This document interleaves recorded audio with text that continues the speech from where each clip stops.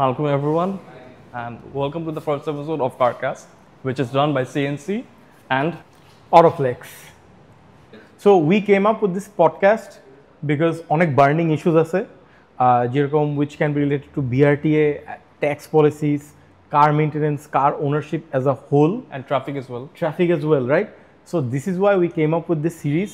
We wanted to discuss the burning issues of today and what should be done as car owners, because some things really have to stop, right? যেরকম 15,000 টাকা একটা চাকার size change করার জন্য fine, যেখানে রাস্তায় কোনো public ট্রান্সপোর্টের কোনো ফিটনেস নাই, right? This is an issue. So this is why I think the discussion should come forward, and we as a whole community একটা build করে through this podcast I think we can reach out to people, come together and let's go to NBR, let's go to BRTA, আমরা সম্মানের সাথে তাদেরকে বুঝাই বলি আমাদের কনসার্নগুলা, and probably কিছু একটা পজিটিভ আউটকাম বের করে আনা। Thank you so much Nafiz bhai for having us here. After hours day he kept his place, and which is a very gorgeous showroom. You guys should definitely visit. Open for us. And এত সুন্দর করে আমরা গাড়িগুলো সাজাইছি। Thank you so much Cars and Conversation. Thank you guys for having us. Yes, thank you so much Cars and Conversation. Absolutely. For collabing. Actually এটা কিন্তু একটা collaboration, কারো particular show না. Right. We as a community are coming together. Thank you Abrar bhai for being here and being a part of the process, and for all the support. First thing first, so আমাদের গাড়িগুলার হুইলের size change করা নিয়ে বাংলাদেশে একটা weird আইন আছে, right? যে হুইলের সাইজ চেঞ্জ করা যাবে না, টায়ারের সাইজ চেঞ্জ করা যাবে না। আসলে the main factor is আমরা যদি দেখি, আমি জাস্ট কালকে একটা দেখলাম, একটা পোস্ট দেখলাম অন ফেসবুক, একটা লোক তার গাড়ির 15,000 টাকা, he was paying 15,000 টাকা for that. এখন আসলে মানুষ তো খালি আমরা রিম চেঞ্জ করি না only for looks and what not, অনেক কারণে রিম চেঞ্জ করা হয়। ফর এক্সাম্পল নাম্বার 1 হচ্ছে রিজন আমাদের রাস্তা অ্যাকচুয়ালি খুবই খারাপ। It's a fact of our potholes are everywhere. Exactly. So অনেকজনের রিম ইজিলি ভেঙে যায়, তাল হয়ে যায়। So we have to change the rim. আমাদের এটা নিয়ে চাইতে পারবো, সেফটির একটা ফ্যাক্টর আছে। And number 2 is height. অনেকজনই রিম চেঞ্জ করে height reasons. Exactly. Speed breaker, বাসার স্লোপস ওঠার সময় ঘষা খায়। সো আসলে রিম আমরা জাস্ট লুকসের জন্যই চেঞ্জ, এরকম কোনো ফ্যাক্টর এটা না। অ্যান্ড আই বিলিভ আমরা যদি চেঞ্জ করি, রিম তো ইম্পোর্ট হচ্ছেই, এমন না যে রিম ইম্পোর্ট নাই, যা আছে ওখান থেকে। So at least from the BRTA point of view একটা থাকা উচিত যে আমরা রিম যেমন করার একটা স্কোপ থাকে, যে রিমের সাইজ, টায়ার সাইজ, স্কোপ যেমন, এখন স্কোপটাই নাই। Within a bound I think at least 2 inch, হ্যাঁ 2 inch should be fine. 2 inches is more than enough. মানে ভাই পৃথিবীর কোথাও কি, আপনি যেহেতু রিকন্ডিশন গাড়ি ব্যবসা করেন, পৃথিবীর কোথাও কি এরকম রেগুলেশনস আছে যে আসলে যারা বড় ম্যানুফ্যাকচারার আছে, China, Japan and Germany, Rim size change করা যাবে না? না, এরকম তো উল্টা আপনার জার্মান গাড়িতে তো ইউজুয়ালি বিগার সাইজ রিম দিয়ে আসে। জাপান থেকেও যদি কোনো যেটাতে OEM 15 সাইজ, ওটা 17 ইঞ্চ আসে, রেজিস্ট্রেশন করলে তো ওটা তাহলে ওটা কোনো 17ই হয়ে গেল, 17 ইঞ্চি থাকে আর কি। তখন অফেন্স না, বাট চেঞ্জ করলে অফেন্স, মানে জিনিসটা এটা বিট কন্ট্রাডিক্টরি। অপশন থাকা দরকার আসলে। This really we need to talk about this is really a burning issue. মানে আসলে অ্যান্ড আই ফিল পার্সোনালি যে আসলে যদি যে লজিকটা রিম সাইজ চেঞ্জ করলে গাড়ির ব্যালেন্স থাকে না, ফিটনেস হ্যাম্পার করে, তাহলে ভাই রাস্তায় একটা বাসেরও টায়ারের থ্রেড নাই, 5 বছরের বেশি একটা টায়ার ইউজ করাও সেফ না। বাস থেকে যে এমিশনগুলো আসতেছে, black smoke, I think everybody can agree. Absolutely. And most importantly বাসের কোনো ব্যাকলাইট নাই, বাসের কোনো হেডলাইট নাই, সো কোনো ইন্ডিকেটরস কিছু জ্বলে না। আর যারা ড্রাইভার ওরাও ওদের মতো আচ্ছা, ওইটা is a separate issue. Licence আছে নাকি ওইটাও না আসলে ওইটা সেপারেট, বাট ল এনফোর্সমেন্ট আসলে কেন just the middle class, urban middle class and specially private গাড়ির মালিকদের উপর এত খেপা কেন? আমরা সব থেকে বেশি ট্যাক্স দিই। এক্স্যাক্টলি। এআইটি আমরা দেই, যখন গাড়ি ইম্পোর্ট হয় তখন ট্যাক্স দেওয়া হচ্ছে, পার্টসের উপর যখন এভরি ইয়ার ফিউল নেই, ফুয়েলের উপর ট্যাক্স আছে, ফুয়েলের উপর দেওয়া হচ্ছে। মানে দিস ইজ ইনসেইন। পার্টসের উপর দেওয়া হচ্ছে, ইজি হওয়া উচিত ছিল, বাট সব উল্টা। এখন আমাদের জন্য সবচেয়ে ডিফিকাল্ট। এখন গাড়ি ঠিক থাকলেও মানে রাস্তা বেরোয় দুইবার চিন্তা করতে চাই, ভাই কিসের জন্য ধরতে পারে, হু নোস, whereas my car is 100% fine. 100% fine. as long as the engine সবকিছু কালার টালার সব ঠিকঠাক থাকে, তাহলে তো আর প্রবলেম নেই। জাস্ট একটা রিম সাইজ 15 এর জায়গায় 16 ইঞ্চ 17 ইঞ্চ লাগানোর কারণে they are fining 15,000 টাকা, which is a lot of money. হ্যাঁ, এটা খুবই insane. And I think wider tires actually makes the balance Safer. better. And it's safer Makes it as well. safer now. It's safer. বাসগুলোকে কিন্তু fitness দিচ্ছে, বিআরটিতে যাচ্ছে just একটু রং করে দিচ্ছে, হ্যাঁ fitness চলতেছে। চলতেছে। আর ভাই আমি একটু যদি ইনপুট দিই, ফর আ কার সেফটি যদি কনসার্ন হয়ে থাকে রিমের জন্য, একটা গাড়িতে ম্যাক্সিমাম উঠে কয়জন? 4 জন 5 জন। একটা বাসের সেফটি ড্রাইভার ছাড়া দেয়ার 30 plus 50 আদার পিপল 30 plus ওর সেফটি কনসার্ন। একটা বাস অ্যাক্সিডেন্ট হলে আশেপাশে আর অনেক মানুষের concern. Sorry to interrupt. Please. আমরা যে এই যে রিসেন্টলি গত 2-3 বছরে যত অ্যাক্সিডেন্ট দেখলাম, যে ব্রেক ফেল করে এই যে একটা বাচ্চা মারা গেল, এই টোল প্লাজায় Toll plaza. বাসে এসে মেরে দিল। তারপর আবার Right. এডিসনের এয়ারপোর্ট রোডের ওখানে তো গাড়ি তো এরকম কখনো ব্রেক ফেল করে, এটা খুব রেয়ার কেস। খুবই Exactly. বাসই এসে ব্রেক ফেল করে মারা দেয়, তো তারপরও তো এটার উপরে কোনো এরকম ফাইন এরপরে রাস্তায় তারপরে যে টেস্টটা চলতেছে। আচ্ছা ভাই, আমরা তো টায়ার নিয়ে অনেকক্ষণ আলাপ করলাম। এখন আরেকটা হিউজ ইস্যু আমাদের দেশে হচ্ছে এআইটি। সো এআইটি নিয়ে যদি আমি শুরু করি, আমার একদিন চলে যাবে। বেটার হয় আপনারা কেউ শুরু করেন। আমি এটা ওনাকে বলতে চাই, আপনি না সেকেন্ড গাড়ি ব্যবসা করেন, Yes. আপনারা এই যে নেম ট্রান্সফার করেন না, নেম ট্রান্সফার নিয়ে তো কিসের ঝামেলা? ভাই quite a few issues. দুইটা জিনিস, নেমলি নাম্বার 1 যেটা লেটেস্ট বার্নিং ইস্যু, এই যে এআইটিটা জমা দিতে বলতেছে নেম ট্রান্সফারের আগে, ও এইটা একটা বড় ইস্যু। এটা তো রিসেন্টলি হয়েছে। Yeah and why is this an issue? আচ্ছা। মানুষের টাকা দেওয়া ইস্যু না। এটার মানেটা কি একটু বলতে আচ্ছা, পারবেন? সো এইটার মানেটা হচ্ছে অ্যাডভান্স ইনকাম ট্যাক্স আগে জমা দিতে হবে, দেন নাম ট্রান্সফার ফির টাকা জমা দিতে হবে, অথবা দুইটা সিমিলটেনিয়াসলি দিতে হবে। আগে বিষয় এটা ছিল না, পেপারস আপডেটেড থাকলেই আমরা নাম ট্রান্সফার টাকা জমা দিয়ে ট্রান্সফার করে ফেলতে পারতাম। এখন এসে সরি, আমার যদি পেপার আপডেট থাকে এরপরেও দিতে হবে নেক্সট ইয়ারটা? এরপরেও দিতে হবে অ্যাডভান্স ট্যাক্স। ওই ইয়ারটা অ্যাডভান্স দিতে হবে। পেপার তো updated So already. yeah, and I'm getting let me add, so যেটা হচ্ছে যে let's say I am selling a car ওকে ওনার নামে, ওকে and then you are buying the car, ঠিক আছে? এআইটি দেওয়াটা ইস্যু না ভাই, সরকারকে আমরা ট্যাক্স দিয়ে চলবো, but you are having to submit the advance income tax on his tin, whereas you are buying the car, right. you are paying for his tin for a car you are buying. Why? This is the burning question, মানে আচ্ছা wait a minute, এটা কি পরবর্তীতে যে ওনারটা current থাকবে এটা কি না। ট্যাক্সের সাথে রিবেট হবে? না না না, প্রিভিয়াস ওনারের হবে, আপনার নামে ট্যাক্স আপনি আপনারই হবে। আমার পকেটে কি আপনার পকেটে গেল আর কি? না না, এটা তো যদি যে কারেন্ট ওনার ও যদি এটা অ্যাডজাস্ট করে দেয়। না, দ্যাট ইজ উইশফুল থিঙ্কিং। যে লোকটা লাগছে 2 মাস আগে গাড়ি বিক্রি করে দিছে, সে যদি এখন এসে বলে দেয় ভাই আমি আমার এআইটি আপনাকে দিয়ে দিচ্ছি, এটা তো উইশফুল থিঙ্কিং ভাই, আলহামদুলিল্লাহ। এটা তো রিবেট পাচ্ছে সে, তাহলে তো এটা বাট কেউ তো এটা দিতে চাবে না। আপনি যদি টাকা না দিয়ে রিবেটটা পান, তাইলে why would you do that? And এইটাই হয়, সবাই তো বলে ভাই আমি আপনার কাছে বেচে দিছি, আই ডোন্ট নো। এইটাতে সেকেন্ড গাড়ি আমি একটু অ্যাড করতে চাই। সেকেন্ড গাড়ির বেচা কেনা এটাই মেইন সমস্যাটা কি, মানে specially no offence to the dealers ভাই, যারা ডিলাররা কিনে নেম ট্রান্সফার করে না, রাইট বেচা রাইট। রাখতে এখানে I am getting to the second point ভাই। আমি দুইটা পয়েন্ট বলছিলাম, সেকেন্ড পয়েন্ট এআইটি যদি আমি পজ করি এখন ভাই, একটু বলতে হবে আমার এখানে।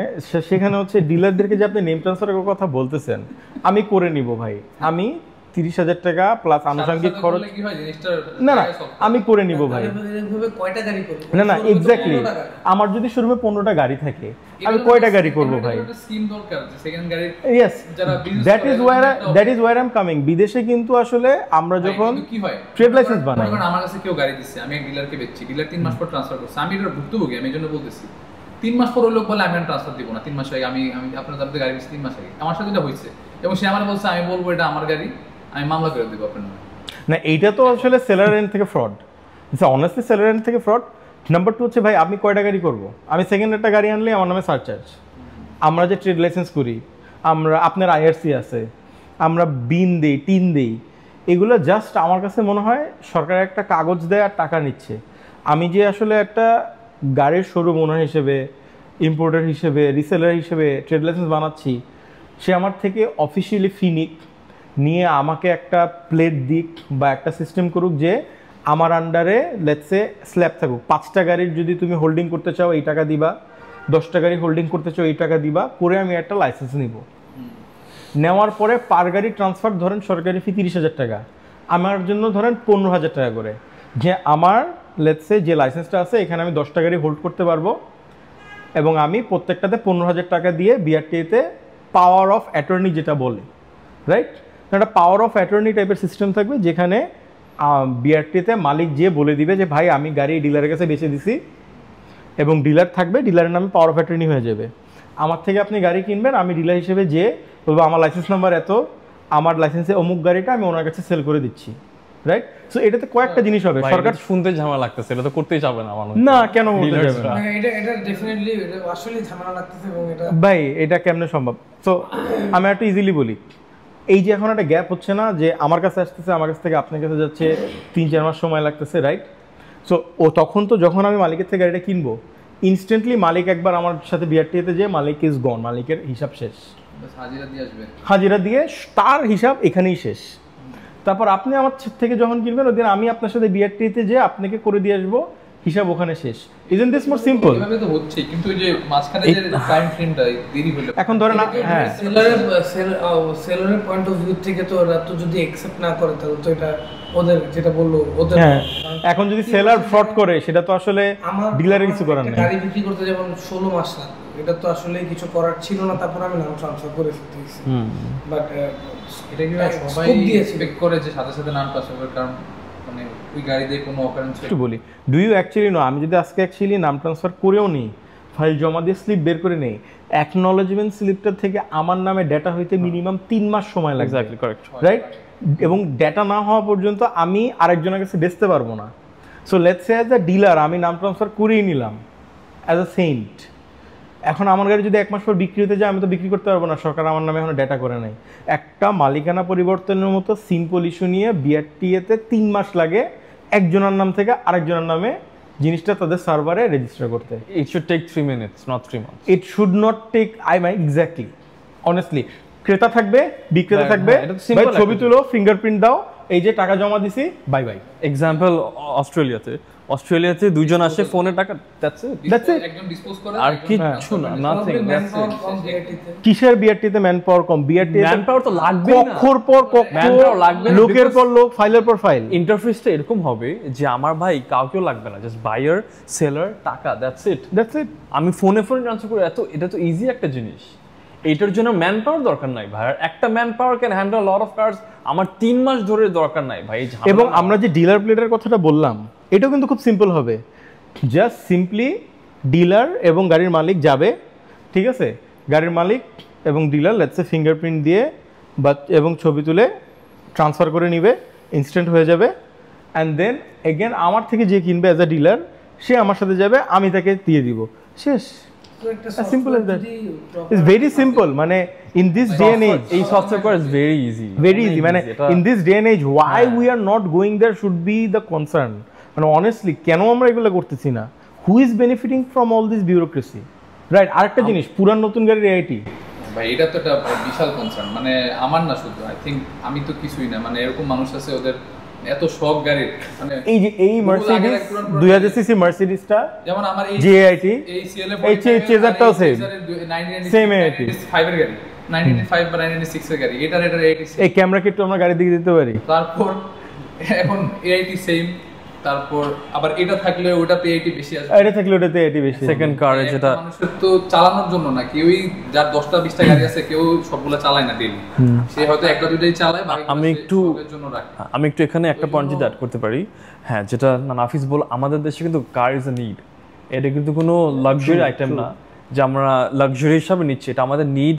পয়েন্ট এ থেকে পয়েন্ট বিতে গাড়ি লাগাই, number 1। Number 2, AIT, advance income tax on cars. আমার তো গাড়ি থেকে ইনকাম নাই ভাই, আমি কি টাকা কামাইতেছি? গাড়ি দিয়ে ভাই? এটা তোমার for my own purpose, for my own use, এমনি তো ডেপ্রিসিয়েট হচ্ছে, এর মধ্যে এআইটি। দুনিয়ার কোথাও, as far age I know, দুনিয়ার কোথাও গাড়িতে এআইটি নাই। অ্যাডভান্স ইনকাম থাকতে অন হোয়াট? সিএনজি, বাস। কেন? ওখান থেকে আমি টাকা কামাইতেছি, আমি একটা বাস চালা টাকা কামাই, সিএনজি টাকা কামাইছি, ওখানে থাকি এআইটি থাকবে। Why on this? এগুলো তো আমি নিজের আমি তো এখানে আসছি অফিস থেকে, গাড়ি দিয়ে আসছি ফর মাই ওন ইউজ ভাই। আমি তো তেল খরচ করছি ট্যাক্স দিয়ে, গাড়ি যে ইউজ করছি ডেপ্রিসিয়েটেড অ্যামাউন্ট আসছে, আবার এইটি কেন দিব আমি এখানে? গাড়িটাও কিনতেছেও তো যে ডিউটি, হ্যাঁ এটাই তো এক্স্যাক্টলি, গাড়ি যে ইউজ করে ডিউটি কত, মানে অনেক ডিউটি, মানে 15 লাখ টাকা গাড়ি। আচ্ছা ওইটাও তো খারাপ ছিলই। ধরো আমার দুইটা গাড়ি, একটা এটাতে 50,000 80, এটাতে 50,000 80, আচ্ছা 50-50 এটা 50 হাজার থাকলে ওটাতে 50 হবে না, ওটাতে আবার কত 1.5 গুণ না কত হবে এনভায়রনমেন্ট সাবচার্জ অনুযায়ী। এটা মানে একটা মানুষের নামে সেকেন্ড গাড়ির উপরে এনভায়রনমেন্ট সাবচার্জ আছে, যে গাড়ি 5 বছর একবারও চালায় নাই, ওই এক্স্যাক্টলি তোর গাড়ির দাম উঠে গেছে। এখন মেইনলি এনভায়রনমেন্ট সাবচার্জ কে কেন বলে? এনভায়রনমেন্ট ক্ষতির জন্য। রাস্তায় ট্রাক, ভাই বাস ট্রাক যেভাবে ইচ্ছা ওটা কনসার্ন, আমাদের গাড়ির উপরে concern. For example, this is a hybrid car which is much more efficient than yeah. any other truck, bus or even actually a 2 liter car 14 kmpl মানে 1 লিটার তেলে 14 kilometre যায় গাড়িটা। হ্যাঁ, একটা বাস মনে হয় 3-4 বেশি যাবে না। এখন যদি এটা আমার সেকেন্ড কার থাকে, এটা অনেক অলমোস্ট 75000 টাকা, 75000 টাকা। আমার সেকেন্ড কার থাকলে 1,50,000 টাকা হবে। এইটি why আরেকটা funniest part, there is environment on EVs as well.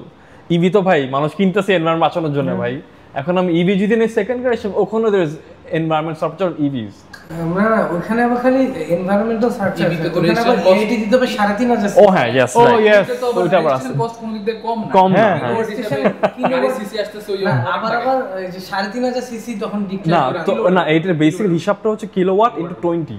এটা 5000 কিলোওয়াট যেটা 20, সো ফর এক্সাম্পল 150 কিলোওয়াট হইলে এটার সিসি হবে আর কি মানে কত kilowatt, because it makes complete sense, right? It makes complete sense.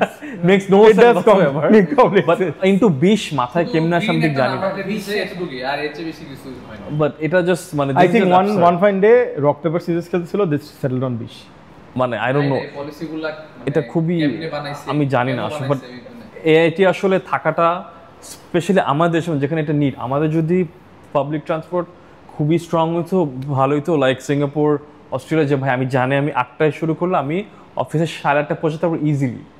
এইখানে তো ভাই কোনো রাস্তাঘাটের হিসাব নাই, তেলের টাকাও দিতেছে বেশি, তেলের দামও বেশি, তেলের কোয়ালিটিও, এটা আরেক টপিক, আরেকদিন কথা হলো তেল নিয়ে। বাট এটা আসলে ভাই আমি গাড়ি থেকে ইনকাম নাই, আন্ডারলাইন ইয়েটা বলি, নোশনটা বলি অ্যাকচুয়ালি ওয়াই এআইটিটা আছে, and I am like okay with it. যদি আমরা গাড়ি থেকে, এটা আমি কোনোভাবে অ্যাকসেপ্ট করতে না গাড়ির থেকে স্টেপ অ্যাসাইড করে একটু বলি, অনেকেই আছে ইনকাম ডিসক্লোজ করে না, ইনকাম শো করে না, but somehow they are owning cars. So তুমি যদি একটা সার্টেন অ্যামাউন্ট অফ ইনকাম না থাকে, you can't own and run a asset. Okay, বাংলাদেশের এই ইস্যুটা কিন্তু গাড়ির থেকে আসে নাই, it came more from tax evasion. Of course হ্যাঁ, এটার জন্য আমরা সাফারার, নেভারদালেস। সব দেশেই হয় ভাই, সব দেশেই ট্যাক্স দেখায় না। তুমি যে কথা, একটা মানুষ কোন টাইমে যে গাড়িটা কিনে, যখন সে অ্যাফোর্ড করতে পারে, প্লাস ও তো ওর নামে রেজিস্ট্রেশন করতেছে, ওর নামে রেজিস্ট্রেশন করা মানে ওর ট্যাক্স ফাইলে চলে আসতেছে গাড়িটা, ওর ট্যাক্স ফাইলে আসলে তো তার মানে কি ও ট্যাক্স দিচ্ছে দেখেও গাড়িটা কিনতে পারতেছে। হ্যাঁ হইতে পারে 10 টাকার 20 লাখ টাকার গাড়ি 15 লাখ দেখায়, 10 লাখ দেখায়, বাট স্টিল দেখায় তো আছে, তো গাড়িটা এক্সিস্ট করতেছে। তো ও যে পয়েন্টটা বললো অ্যাডভান্স ইনকাম, এটাতে তো অ্যাকচুয়ালি আমাদের কোনো ইনকাম নাই তো ভাই, গাড়ি থেকে ইনকাম না। আমি সিএনজি থেকে ইনকাম আছে, গাড়ি থেকে তো ইনকাম না, ট্রু, গাড়ি থেকে ইনকাম নাই, that's true, but নেভারদালেস it's a policy debate. ভাই আমার একটা মানে এআইটির প্যারাটা মানে যে কত প্যারা, আমার একটা শখের একটা ল্যান্ড ক্রুজার ছিল, সিসিটা বেশি, আমি বেশি চালাতাম না গাড়িটা, কিন্তু আমি হিসাব করছি এটার 2 লাখ টাকা এআইটি নর্মালি আসে 4700 সিসি, আর আমার গাড়ি অন্যগুলো থাকার কারণে 3.5 লাখ টাকা। 3.5 লাখ টাকা যদি আমি দিতে থাকি, তো গাড়ির দাম মানে 5 বছর পর থেকে গাড়ির অর্ধেক প্রাইস যাবে। এই সব কারণে তেল বাদ দিলাম, সবই ঠিক আছে, কিন্তু এই যে সারচার্জ, এনভায়রনমেন্টাল সারচার্জ, যে এআইটি, আমি গাড়ি না চালালেও এআইটি দিতে দিতে আমার মানে এটা কোনো, তখন এই গাড়িগুলো রাখা যায় না, তখন এগুলা ইভেন্চুয়ালি ছেড়ে দিতে সেল করে দিতে হয়। হ্যাঁ, এই জন্য আমরা তো 1টা 2টা 3টা গাড়ি এরকম আছে, বাট এগুলো তো আমার সব আনরেজিস্টার্ড। বাট যাদের অনেক শখ আছে, আমি তো দেখছি এরকম, মানে এখন ওরা না পারতে কি করে, গাড়ির পেপার আপডেট করে না। তো এটাও তো মানুষ তো প্রেসারে পড়ে ফল্টই করতেছে, তাহলে ইজি করে দিলে কিন্তু সবাই আপডেট করে, এক্স্যাক্টলি কারেক্ট, মানে জিনিসটা আপডেটেড রাখে, কোনো এরকম এই ফল্ট আর করে না। কিন্তু কেউ এখন পেপার আপডেট করে না, ফেল পেপারে চালায়, বলে ভাই এআইটি আছে অনেক, এই করবো না, এই করবো না, অনেকে ট্রান্সফার করে না।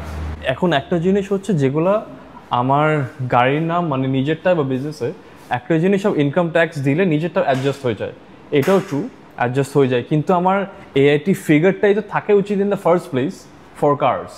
এআইটি অ্যাডজাস্ট হোক না হোক, দ্যাটস ফাইন, অ্যাডজাস্ট হওয়াই কথা ইন দ্য ফার্স্ট প্লেস, কিন্তু আমার এআইটি গাড়ির উপরে বা কেন থাকবে ভাই? আমার তো ইনকামই নেই। এআইটির সলিউশনটা I think should be a progressive regressive model, like আমাদের তেলের প্রাইস যেমন অ্যাডজাস্টার ডলারের সাথে, right? You had some ideas. হ্যাঁ, বাট এমনি তো আসলে আই ফিল লাইক যদি এআইটি পে করতেই হয়, Yeah. যেটা আমরা মাত্র বললাম যে এই গাড়ির 1995 চেজার 2015 এর CL45 AMG একই ট্যাক্স। আই ফিল লাইক আমরা যদি একটা স্ল্যাব ওয়াইজ ফ্ল্যাট রেট রাখি, Right. ফর এক্সাম্পল 2025 থেকে 2015 মডেল একটা স্ল্যাব, ফর এক্সাম্পল 50K, 2005 থেকে 2015 একটা স্ল্যাব 30K ফর এক্সাম্পল, এর আগের 10 বছর আরেকটা স্ল্যাব 10K ফর এক্সাম্পল। মানে ইট কুড বি যে মানে সিসি ওয়াইজ স্ল্যাব হতে পারে, যে হ্যাঁ, 2000 সিসি স্ল্যাব একটা, 1500 সিসি স্ল্যাব একটা, 1300 স্ল্যাব একটা। ভাই আমি Fine. না, we could do it. গাড়ি কিনতেছে, ও তো টাকা সেভ করার জন্য কিনতেছে। Exactly right. সো ওর জন্য একটু ইজি করে দিতে না না, হবে ওইটা ইজি করলাম যে লেটস সে 2000 সিসি 2025 থেকে 15 পর্যন্ত 50,000, and then let's say 5 থেকে 15 পর্যন্ত 30,000, আচ্ছা, and then বুঝছি। 5 এর আগের গুলা let's say should be 15,000 or something like that, right? অথবা একটা একটা flat rate থাকলে easier। এটা হচ্ছে হিস্টোরিক প্লেট বলে, মানে বাইরে দেশে যেরকম আমরা Yeah, দেখি, হ্যাঁ, vintage cars এর আমরা উপরে যেগুলো যাতে গাড়িগুলোকে সবাই মানে একটু যত্ন করে রাখে, Right. মানে অনেক এনথুজিয়াস্ট আছে না। যেগুলো পুরানো ক্লাসিক কার্স, মানে ওগুলোর জন্য একটা আলাদা স্ল্যাব, ফর এক্সাম্পল। ভাই আই ডু নট বিলিভ যে বাংলাদেশে এই গাড়ির ইনথুজিয়াজমটাকে বুঝে everybody sees this very negatively, ভাবে এটা একটা লাক্সারি, বাট অ্যাকচুয়ালি যদি একটু let me touch on this point, motor sports is actually a $1 billion industry, right? হ্যাঁ হ্যাঁ, অ্যান্ড ডেফিনেটলি। আমরা একটা স্পোর্ট নিয়ে বেশি মাতি ক্রিকেট, যেটাতে 12টা দেশ খেলে, সেটার মধ্যে আমরা 5 নম্বরে থাকি। 5 নম্বর কেমনে? অ্যাট টাইমস আরো খারাপ, but most of the time বেশি খারাপ। মোস্ট অফ দ্য টাইম খারাপ, রাইট? আসলে আমরা যে এক্সপেক্ট করব যে গাড়িকে মানুষ মূল্যায়ন করবে, I don't believe বাঙালিকে দিয়ে এটা হবে ভাই। But nevertheless, it's কিন্তু a ভাই, debate. I think we if should you think really about ask it, for this. I mean, আমরা let's all come together as a community, গাড়ির মালিক হিসেবে সবাই, not only car lovers, and let's go to BRT, let's go to NBR and put these things up front. আমরা যে কিন্তু আসলে this needs to be discussed. আসলে Exactly. এটা absurd. আর কয়দিন, মানে আর কয়দিন? আমার বলতে খারাপ লাগছে, বাট আমরা এটি দিব দরকার হলে, but it should be a planned structured way, so that দিতেও খারাপ না লাগে আর দিতে ইজি হয়। মানে make some sense at least. হ্যাঁ। So hopefully you liked our discussion, and inshallah we'll get into some action as well. আমাদেরকে অবশ্যই মেসেজে এবং কমেন্টসে জানাবেন যে what do you want us to discuss and what are the issues you want to bring forward. You can of course comment at Cars and Conversation or Autoflex. Just let us know. We're here for you. Thank you so much.